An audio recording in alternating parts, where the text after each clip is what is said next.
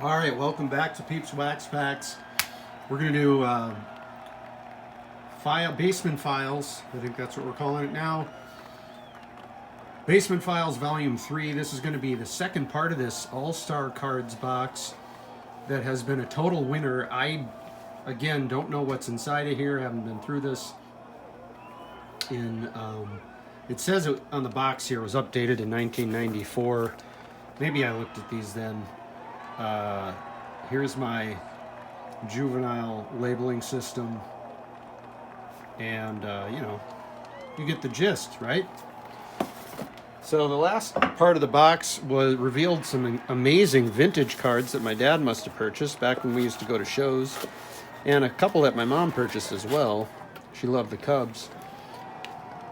But the first part of this box was so incredible. I guess I have high expectations for this one. This second half of the box. But who knows? We found a lot of crusty top loaders, that's for sure. And we've also found some really interesting cards. Here we go with a Frank Thomas rookie card. Did I pay $2 for that? Unsure. I think is this the second one we found here? I loved Frank Thomas. I remember seeing him for the first time come up to bat, and I thought to myself, this guy is an absolute monster. And I remember immediately going to try to find his rookie cards because somebody that big and strong looking had to be good, in my kid opinion. And you know what? He was really doing good. So anyway, there you go. Another Frank Thomas rookie card. Not incredibly rare or anything. I kind of forgot to prop up the highlights last time. This is interesting. And I don't know much about this, but this is a 4-panel vintage card that I'm certain my dad would have picked out. And because of the Yankees there. Red Ruffing, Malone, Lazzeri, and Bill Dickey. Bill Dickey was an incredible catcher. That's pre-Yogi Berra. So I don't know the date on this card. Somebody help me out. I mean, it's in rough shape, but that is pretty awesome. 4 Yankees. It looks like the back is kind of a puzzle that you would put together. So you would need 4 of these cards maybe to put together the puzzle. Wow. I gotta figure out what this is. But anyway, I'm certain my dad picked it because it had 4 Yankees on it, 4 legendary Yankees to boot. Got a Robin Yount. Probably wasn't 50 cents. A lot of these were like discount bin buys, I'm guessing. But, you know, honestly, it's probably not worth much more than 50 cents today. How about this? A Lee Smith rookie card. That's pretty nice. We love Lee Smith. Like I was saying, the Cubbies were big in our family. WGN was sort of like one of the first non-major, well, they were made, you know, it wasn't ABC, NBC, CBS. And then WGN was like one of the next channels we were able to get, and all the Cubs games were on. So we saw a lot of Cubs games, to my mom's delight. Grew up watching tons of them, probably just as many Cubs games as Twins games. What an 83 Donruss Dave Winfield. Local legend Dave Winfield. He had a brother Steve who I actually played city ball against. Steve was playing city baseball into his 50s. And he was pretty good still, as you can imagine. The couple of years I played city ball after college, I played against Steve Winfield. Chili Davis, we love Chili. That's a Chili Davis rookie. I doubt it was $3.75, but if it was, I overpaid. But I love Chili, so it's all relative, right? Phil Niekro, I think I mentioned my dad loved the Niekro brothers. On an 82 Eddie Murray. Loved Eddie Murray. In my opinion, you know, really one of the best switch hitters of all time. Some could argue the best. I know, I might not argue that, but some might. And we've got, what else do we got? Oh, here's a player I love, Tony Fernandez. There's a Tony Fernandez rookie card. Rest in peace, Tony Fernandez. He was a hell of a player. Loved him. And it looks like we've got a Cecil Fielder rookie card, 86 tops, $4.99. I mean, he was the player to get back then. Crushing baseballs for the Blue Jays.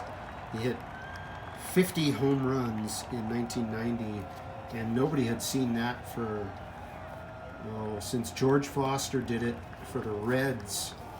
Of course, George Foster was a huge star, part of the Big Red Machine, but you know, it'd been a long time since somebody had 50 home runs, and Cecil Fielder did it, and it was quite the achievement.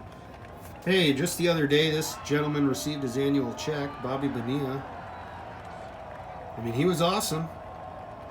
You know, it's not like he didn't perform before getting that big payday. This guy was a major star alongside Barry Bonds with the Pirates. Looks like I paid $1 for that. This is a nice one. We got a Lou Brock and Kurt Flood. Cards Clubbers. Not just clubbers, they both stole bases like crazy. Fantastic, I love that. Oh, and here's something. Steve Stone from the now familiar 1972 Topps design, which we all are re-familiarizing ourselves with through the Heritage set. Steve Stone, who became a broadcaster, is still a broadcaster. My mom went to grade school with Steve Stone in Illinois. So that's probably why we have the Steve Stone. And wow, here we go. That is fantastic. Is that a 64 Topps Roberto Clemente?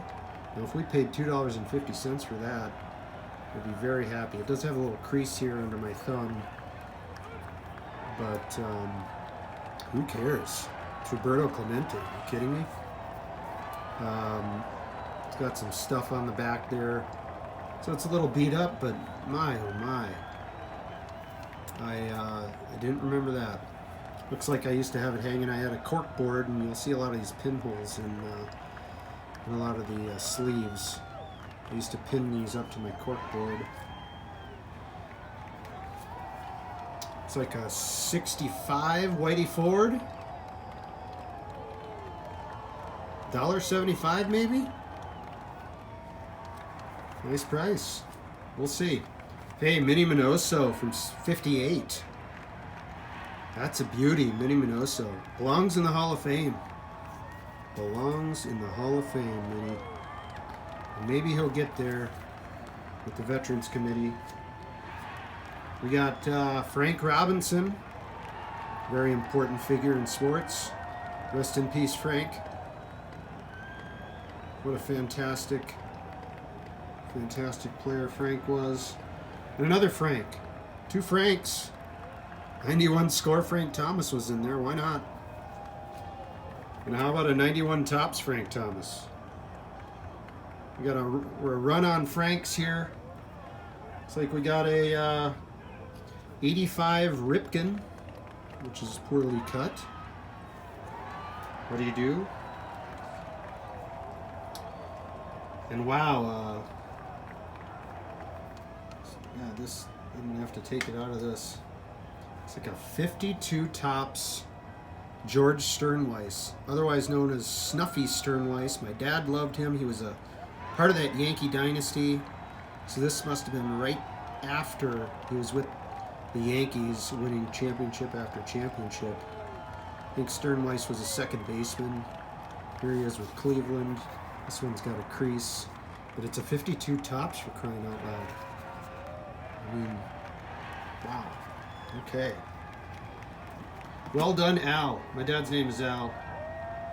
And he's got another one here. It's in a little bit better case. I'll have to take it out of there. Tommy Byrne. I don't know much about Tommy Byrne. Looks like he's with St. Louis. Big crease in that one.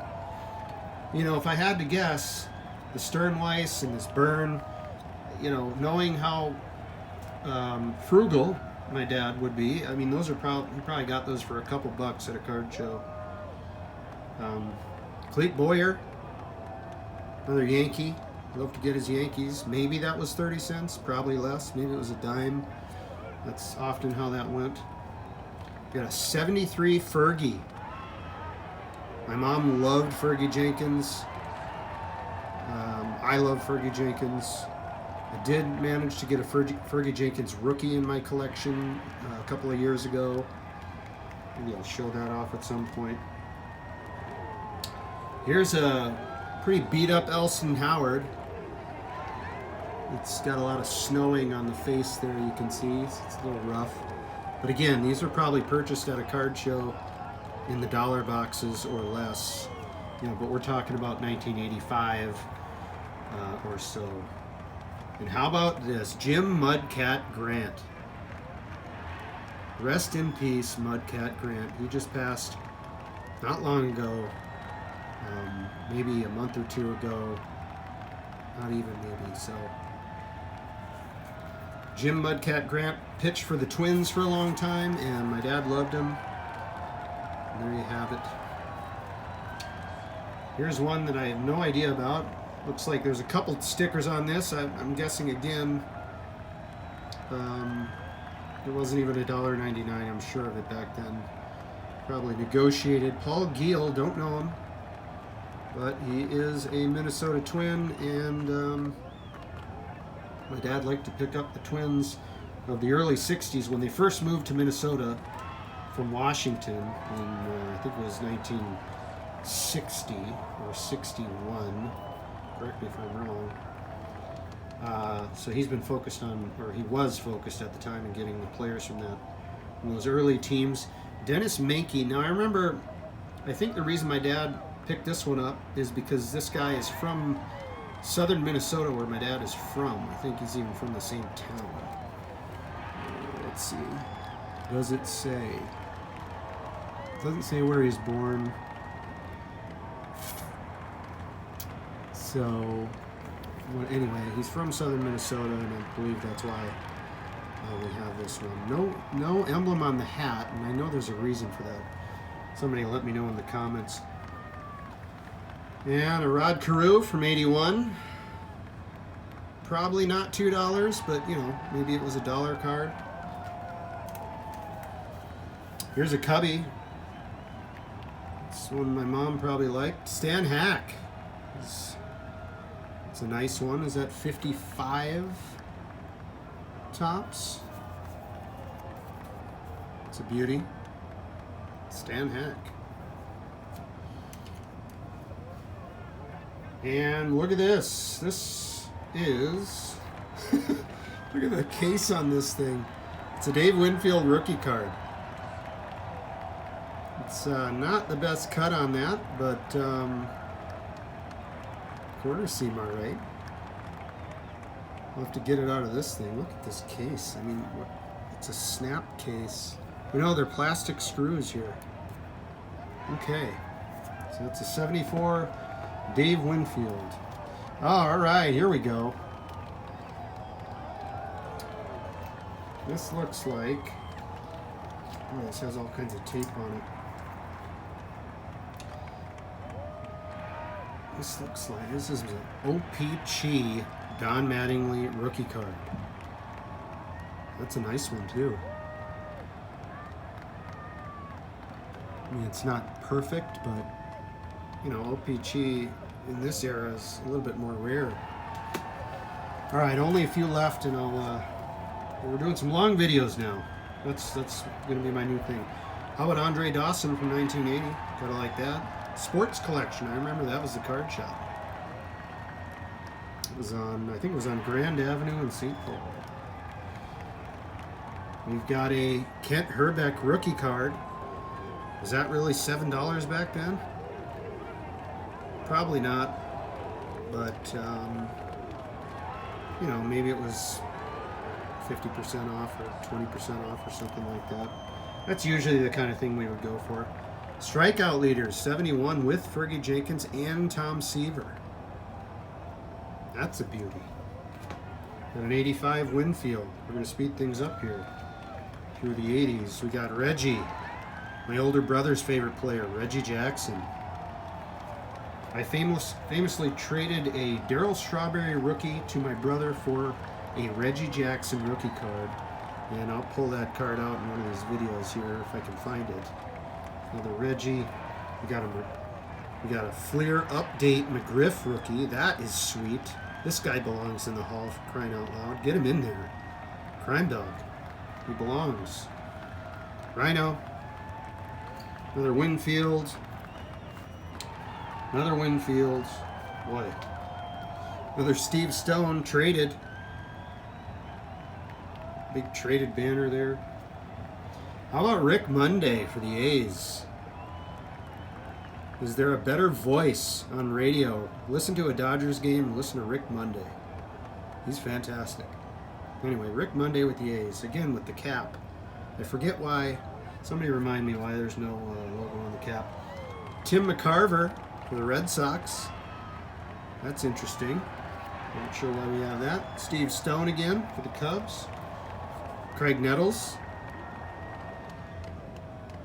Greg Nettles had a brother, and I'm forgetting his brother's name. Greg Nettles is a hell of a player. Tommy John with the Dodgers. Like it. And how about a Tim Foley Randy Bob rookie?